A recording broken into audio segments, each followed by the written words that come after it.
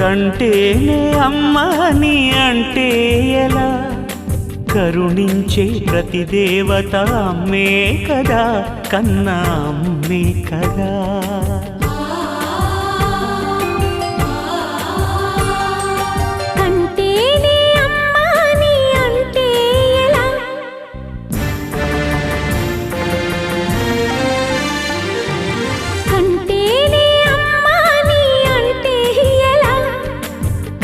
తీపిలేని అమ్మ బొమ్మ